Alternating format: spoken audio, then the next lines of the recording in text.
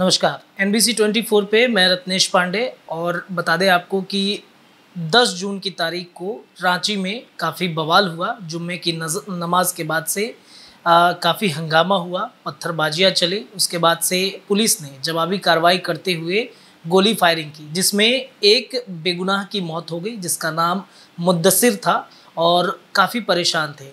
दोनों तरफ से कार्रवाई की गई, लेकिन पुलिस ने जिस तरीके से कार्रवाई की है, एक बेगुनाह की मौत हुई है, कई सवाल जो हैं वो खड़े होते हैं। इसी के लिए चर्चा करने के लिए हमारे साथ मौजूद हैं NBC 24 के editor in chief Mustafa sir. हम इनसे जुड़ेंगे, बातचीत करेंगे। सर, जिस तरीके से रांची में जो बवाल छिड़ा जुम्मे की नमाज के बाद से, क्या लगता है आपको? पुलिस ने जो जवाबी कार्रवाई की उसमें बेगुनाह की मौत हो गई। देखिए रत्नेश, अभी तक हम लोग ये जो रांची वाला केस है उसको हम लोग देख रहे हैं और अभी तक हम लोग सारा जो फाइंडिंग है यही आया है कि ये जो नुपुर शर्मा है, जिन्होंने पैगंबर मोहम्मद के बारे में जो गलत बात बोला है, उसको लेके सारे के सारे जो हैं मुस्लिम समुदाय के लोग हैं अपना विरोध जो है पूरे इंडिया में किए।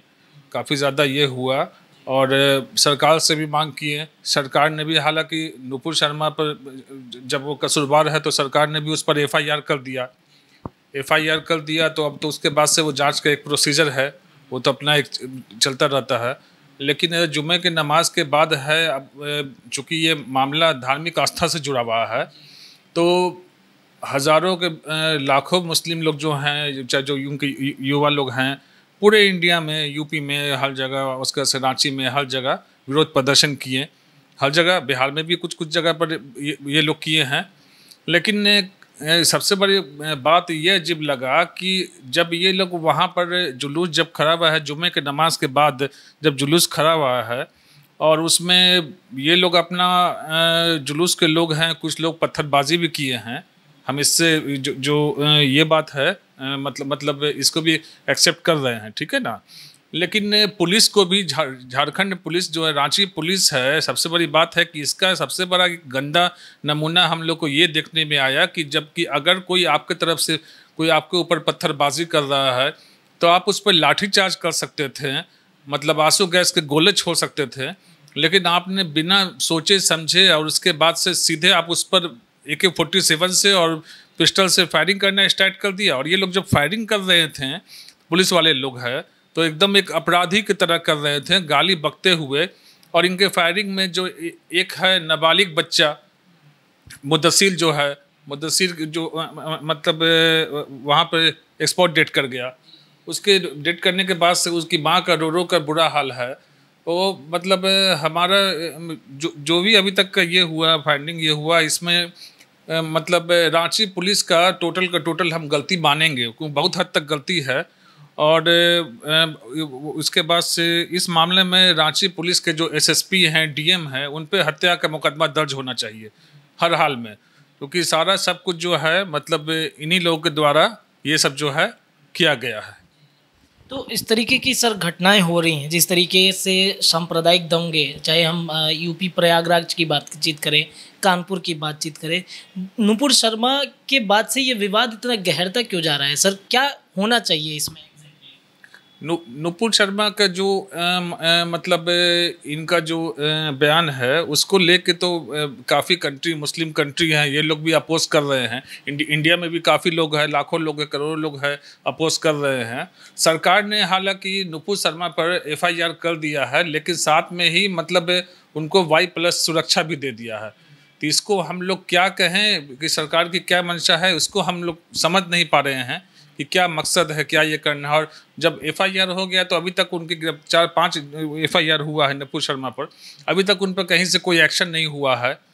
उसके अलावा और भी जगह देख रहे हैं कि कुछ लोग इंडिया में ऐसे गैंग हैं, गिरोह हैं, राजनीतिक दल हैं जो इसको और मुद्दा बनाना चाह रहे हैं कि नुपुर शर्मा के हम पक्ष में हैं, विपक्ष में हैं। यहाँ तक कि मतलब सोशल साइट, फेसबुक है, लिंक्डइन है, सब पे अपडेट ये किया जा रहा है कि मतलब उसके हम ये सपोर्टर हैं।